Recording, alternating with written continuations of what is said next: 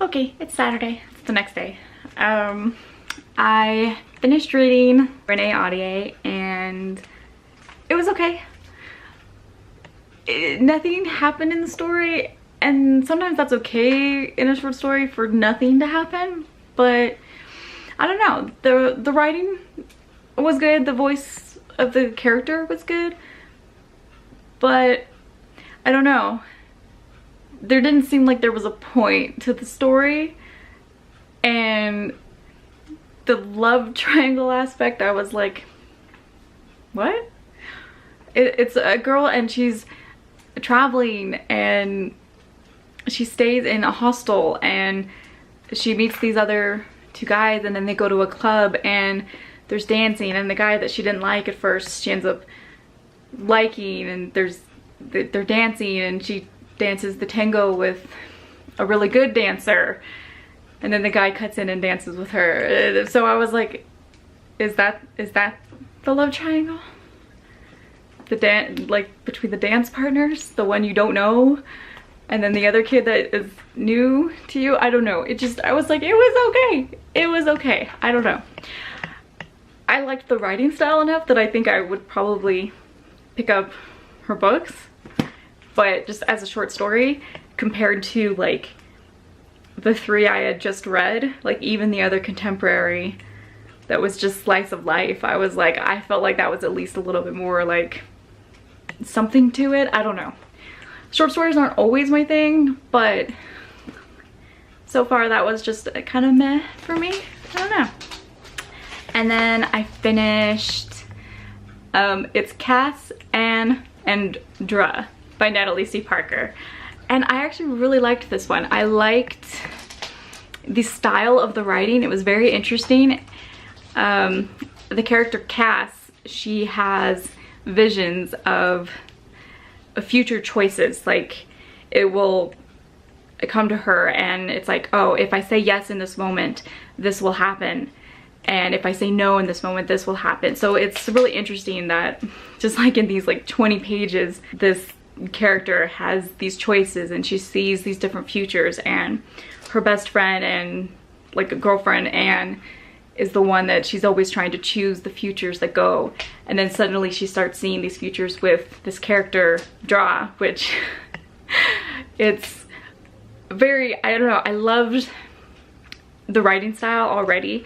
And then once she got to describing the character Dra, who is like a gender fluid, ambiguously gendered character, she calls Dra they a lot, and then says, you know, it's like these feminine qualities and these masculine qualities, and just like, I love them, and but I don't know. So I really liked that the character Dra came in and was just gender fluid, gender neutral, just, I don't know. I liked it. Just somehow maybe potentially non-binary, or at least non-binary presenting. And Cass like is instantly drawn to Dra, and I don't know, it makes it seem like Dra maybe knows Cass and maybe has, I don't know, some of the same qualities, like I'm gonna say the visions run in Cass's family, and it just made it seem like Dra maybe knew that kind of stuff.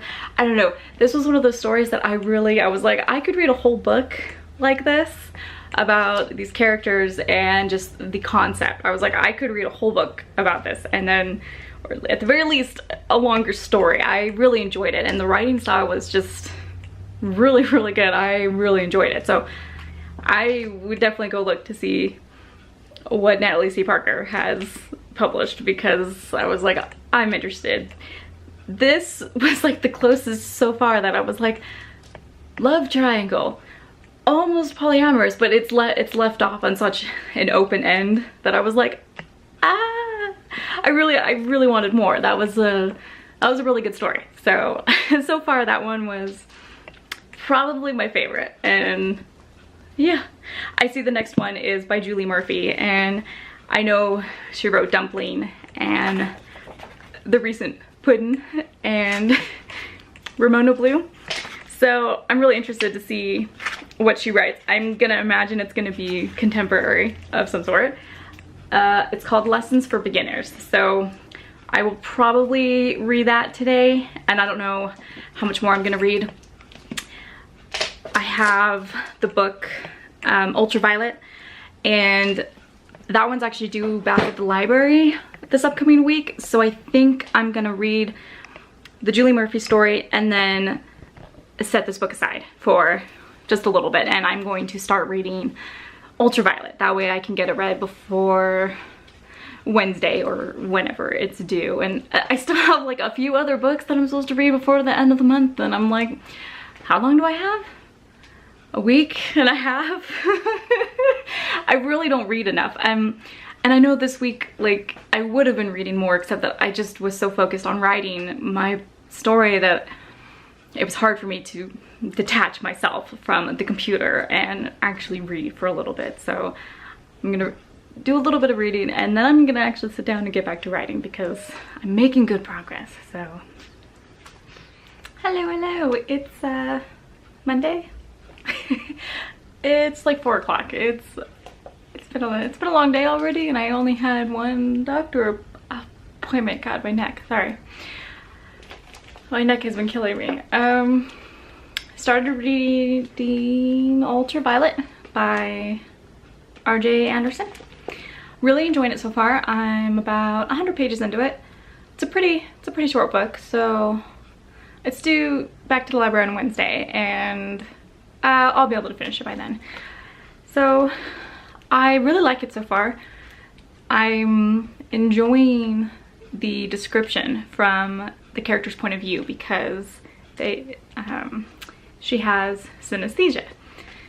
So a lot of her senses trigger the others, and she sees shapes and colors when she hears sounds, and it's very interesting, and a lot of the senses are overwhelming to her. And it's, you know, a lot of it's, well, most of it so far is taking place inside a mental hospital facility for young adults, basically, because they think she's a danger to herself or others, that she potentially murdered a classmate, even though she doesn't believe she did. But you know, it's one of those. So it's got a little bit of the mystery to it. Not so much is happening on that front. We get a little bit of like flashback scenes here and there, but so far we're just spending most of the time in the mental hospital. So this first like 100 pages, and then just like 2 pages ago, it introduced a character with descriptions that were slightly different than the way the other characters were being described, and I was like, oh, we found the love interest. And you know when you just you know. So it seems like the love interest is maybe older. It's supposed to be mid-20s maybe, and she's 17 or 18. And I know something else is going on, so who knows. But she described him as having violet eyes, and it seems like she's the only one who notices that his eyes are that color as part of like her, at this point I'm just gonna call them abilities, like her senses that are different than other people's. So that's interesting. I don't know exactly where the book is going, but so far it's pretty good. I'm enjoying the writing, honestly. The writing style's good. The writing style's good, the voice is good. So far I'm pretty happy with it. I haven't read sci-fi in a long time, and this is like soft sci-fi, you know, it's current day, it's here, like, but the stuff that's happening that you could say is almost supernatural in any other book there's some other explanation for it. So I'm enjoying this, and I'm looking forward to finishing it. I should finish in a couple days, hopefully. And let's see, I want to say I think the author either has worked in a mental hospital or did a lot of research, because there's a lot of information. So there'll be paragraphs of the doctors explaining things to the character. Just, this is gonna happen, and then in 5 days this might happen, but who knows, because in a week you might be able to appeal this based on this board that will hear your appeal, and you'll get assigned a lawyer. Just like paragraphs of solid information, and the character's just like vaguely listening, and I was like, do we really need all this information if the character's only vaguely listening? But it seems to be very well researched. It's not presenting a mental facility in a bad light or even necessarily an incompetent light, as tends to happen in some of the YA books that we read. So it's done respectfully, and I would say fairly accurately. I want to say this is like in Canada, maybe. If it's said where it took place, I didn't catch it, or maybe I didn't recognize the name of the area, but it seems to me like it might be Canada, if I'm not mistaken.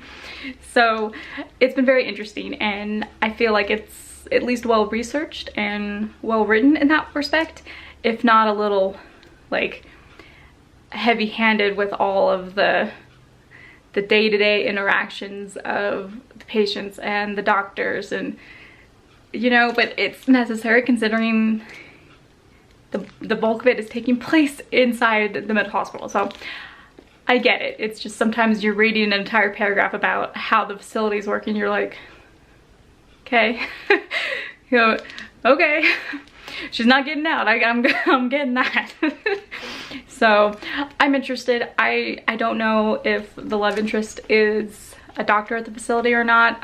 They've only just introduced him, and I know the love interest. We don't even have his name yet, but I know it's him. I've just been waiting. It took almost 100 pages for him to get here, but so I do like that there's development of the character. It just, you know, if it weren't for the mystery of what happened to the classmate and the fact that she saw her just disappear in front of her eyes, and her going, well, did I kill her? Did I disintegrate her somehow? If it's not for that and like the senses, and just, it's taking a little while to get going. I'm hoping now it will get going, but 100 pages is a lot for you to really get going. But I've enjoyed the character relationship so far. You've seen her best friend, which seems a little iffy, and then the relationship with the mom is not good, and her father seems well-meaning, but ultimately and then she has a younger brother, but we haven't seen their interaction yet. So I'm chugging along. We'll see. We'll see how it goes from here. Okay. I'm taking a break though to go write, but I did read this much over the last, it hasn't even been 24 hours yet, so it's a pretty fast read. It's not difficult, which is good. So I'm gonna go write, and then later tonight I will pick this back up and see how far I get.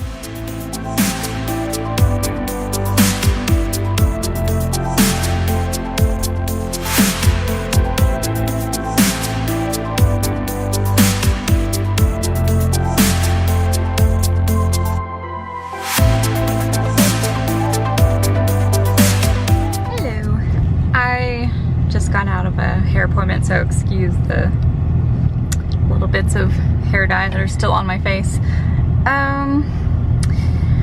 So I was reading Ultraviolet during my hair appointment, and I'm on about 157, and starting about page 154 that kind of starts like a sexual assault, and there's only there for a couple pages where one of her guy friends in the institution just starts kissing her, and she doesn't want it, and she falls to the ground, and he's still like on top of her just kissing her, and then he eventually gets it through his head, and he says, oh, you're serious, okay, you're not just playing hard to get. and he lets her go, and then he's like, wait, do you have a boyfriend? As if that would be like the only reason, you know, that she should say no. And she says like, oh, maybe I should say yes to save face for him, but she says no. And then he's like, oh great, so you'd rather be with nobody than be with me. And I was like, and she says that she says sorry, even though in the narration she says that she doesn't want to say sorry, to apologize. And he just says like, you know, whatever, get out, we're done. And I was like, the hell is this? Like, he attacks her and she apologizes. It's just, it's a scenario that is very familiar to a lot of people. And so I was like, not great. And as I was reading this, before this even happened, I guess I started to get the feeling like I was starting to get uncomfortable with the fact that so much of this does take place in the mental institution, and I was thinking like it was done really well, pretty respectfully, and then like the more I kept reading, and like you get to know a few of the characters, and the one that assaulted her is, I believe, bipolar, because he seems to have manic and depressive episodes, and I think that's what they said. And her roommate had an eating disorder, and then there was another girl that's constantly mentioning how much of a danger she is to herself and others, and self-harm and stuff like that. So I felt, I don't know, it started to feel weird because the main character, like, she stops taking her medication and she starts like breaking the pills in half, like weaning herself off, and she stops taking them because she doesn't want them, she knows she doesn't need them. And it's almost like one of those things, like the main character isn't crazy, she doesn't need to be there, like that type of thing. Like, oh, but the rest of these people deserve to be in here and they need to be on their medication and to get better. But she's not really crazy, her mom has just made her feel crazy, and sometimes she feels crazy with what she thinks she saw happen to a girl. And then this doctor, I'm assuming it's the love interest, comes in and says like, no, you're not crazy, I believe you, you have this sensory neurological condition, but I don't believe you killed this girl, I believe what you saw. But she starts to feel better after that, but then all this stuff is happening, and it just, you know, it was just one of those storylines where all of a sudden, like, the more I kept reading, I was like, I'm almost getting uncomfortable with the fact that the main character's like, I don't need to be here, I need to just leave, even though the rest of these characters, it's like, they have to be here, they need help. And this character that assaulted her, that has the bipolar, like, he'll leave and then go off his meds and then come back in like he's a regular at this place. And I don't know, it was just the way, like, they're talked about, the girl with the eating disorder and the girl who's constantly in and out and like in extreme danger and constantly, like, she can't be left alone with anything or she'll hurt herself. And then you're comparing it to the main character who's there and who's like, I'm fine, I'm taking myself off these meds because they dull my senses and I don't want that. And you're seeing the other kids go on the meds and saying like, I'd rather ride the emo roller coaster than be like, than feel nothing all the time. And I was like, it's a familiar response to medication, I think, but I don't know, it's just, I was like, I feel like it's realistic in a lot of these ways, but it, you know, it's also strange. Just because I was like, you know, I don't want to sit there and feel like, oh, the main character doesn't need to be in this place. She's fine, despite everything that's happening. Like, she's not as crazy as all these other people that we're meeting. And I don't know, maybe it's just me reading a book like this that takes place in a mental institution and just starting to feel that way as I read it. And they're starting to say that she'll be released, but her mom doesn't want her to come home.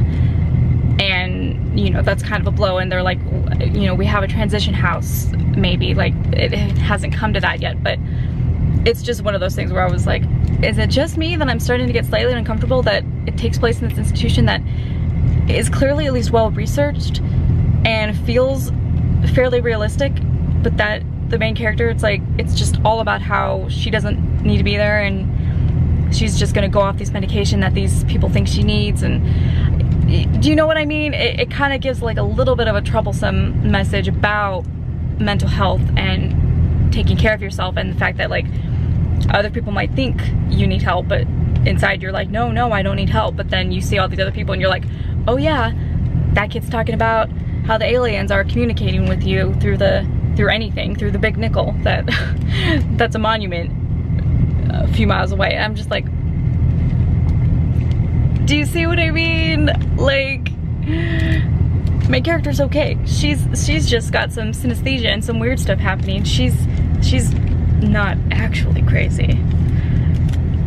I just didn't quite like the message, and the fact that the bipolar kid who's up and down, and who's been flirting with her, all of a sudden is just like assaulting her, and it's like, what? I've been flirting with you this whole time and you've been okay with it. And I felt like it came out of nowhere, because he wasn't being like overly flirtatious, you know.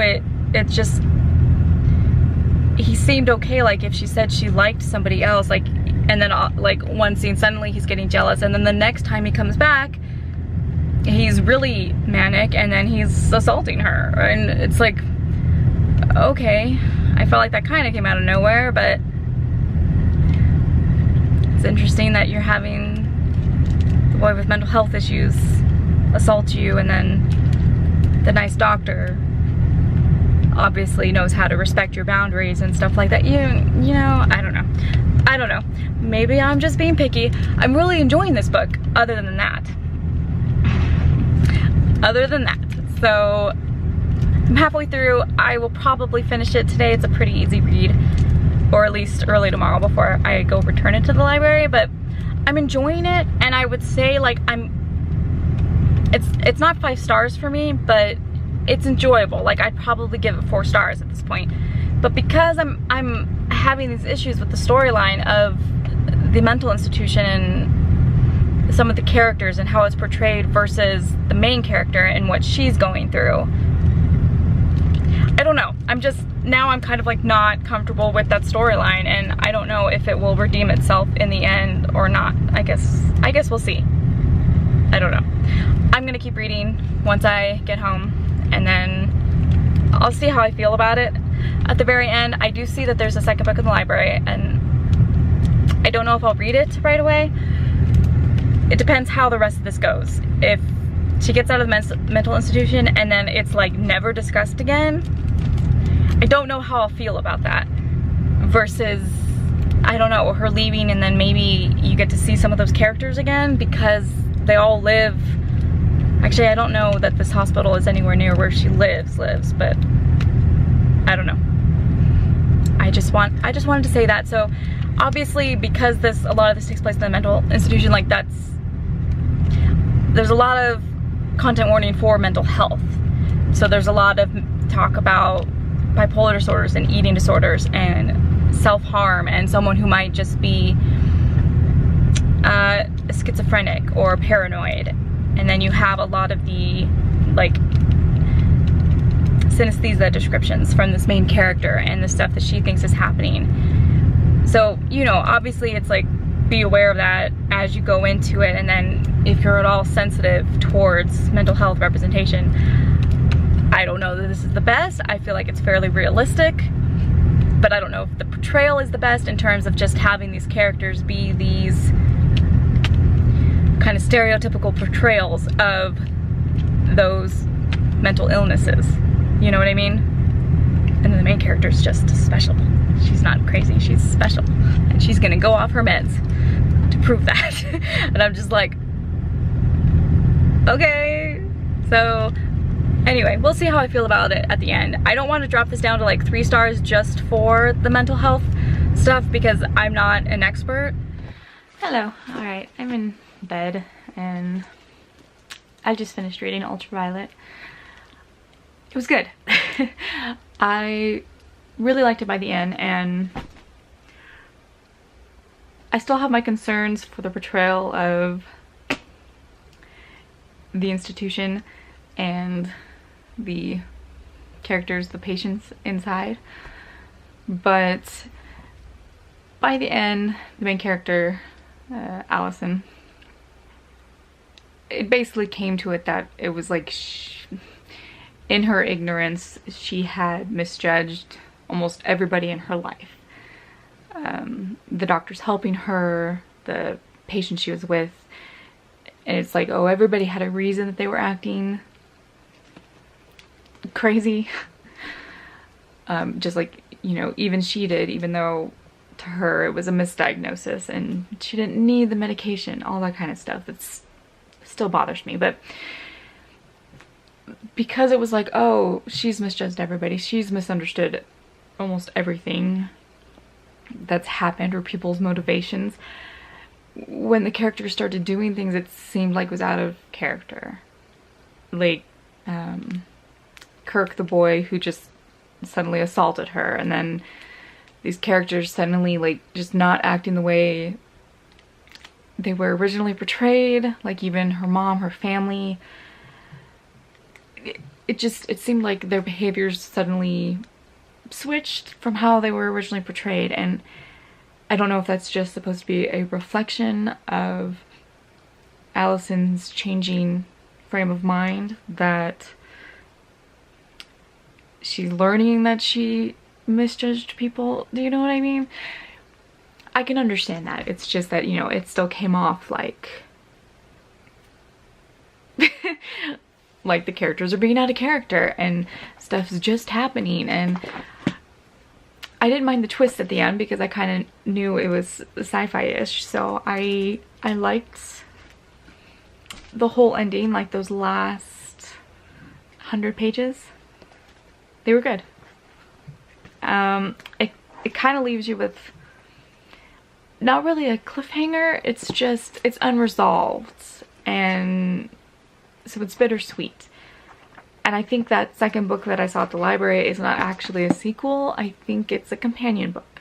So that makes me go, so wait, this really, that's the end of the story? Okay, that's fine. So I don't know, I find it really hard to write books in general, and then here I'm just like, I enjoyed it. I liked the characters, I liked the writing. Some of it felt iffy to me, even though in the end I was like, okay, I get it, I guess.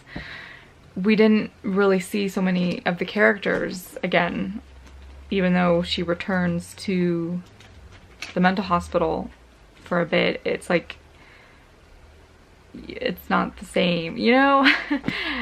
And some of the characters are doing better because they're on medication, and I'm just like, well, that's good. Like, she seems to understand stuff better. I don't know.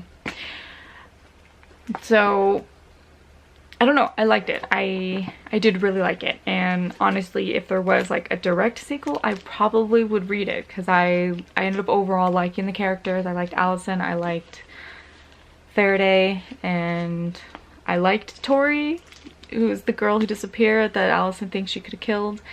I liked Tori. And even in all the flashbacks and stuff, you see them fighting and arguing, and all of the miscommunication and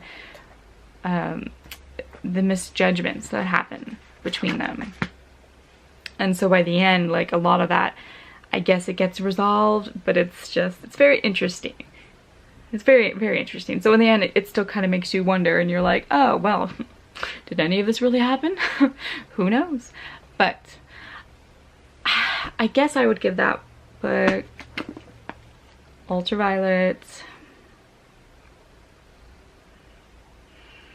I guess like a 3.5 stars. I'd probably give it 4 if not for some of my reservations that I still have, and then, but I did like it. I did really enjoy it. So would I recommend it? Yeah, I mean, if you like kind of like soft sci-fi stories, but it's just, you know, it's got a lot of content and warnings that go along with that content, you know, the mental institution and all the talk about different mental illnesses, and there's some mention of abuse and pedophilia in the end. So, you know, it's not necessarily the best for anyone who might be sensitive to any of that kind of stuff. So Overall though, I enjoyed it, and almost a 4-star read for me, but not quite. I still might pick up the companion book because it seems like it's set maybe at least in the same world. So I'm interested. I'm going to check that out maybe. Today I have to go to the library to return this and a few other books that I don't think I'm going to get to the rest of this month. So I think I'm going to start on Emergency Contact because I think that book is also due sometime this week, maybe in a few days. And I just know I might not get to renew it because it's popular and there's a lot of requests out for it still. So we'll see. I'll start reading that today. I have a terrible headache. Yesterday was a long day with the doctor appointment and a hair appointment. Just a lot of stuff that today I just feel worn out, and hopefully not quite a migraine is happening, but I'll probably take my medication just in case, because if I could stop a migraine from happening, that'd be great.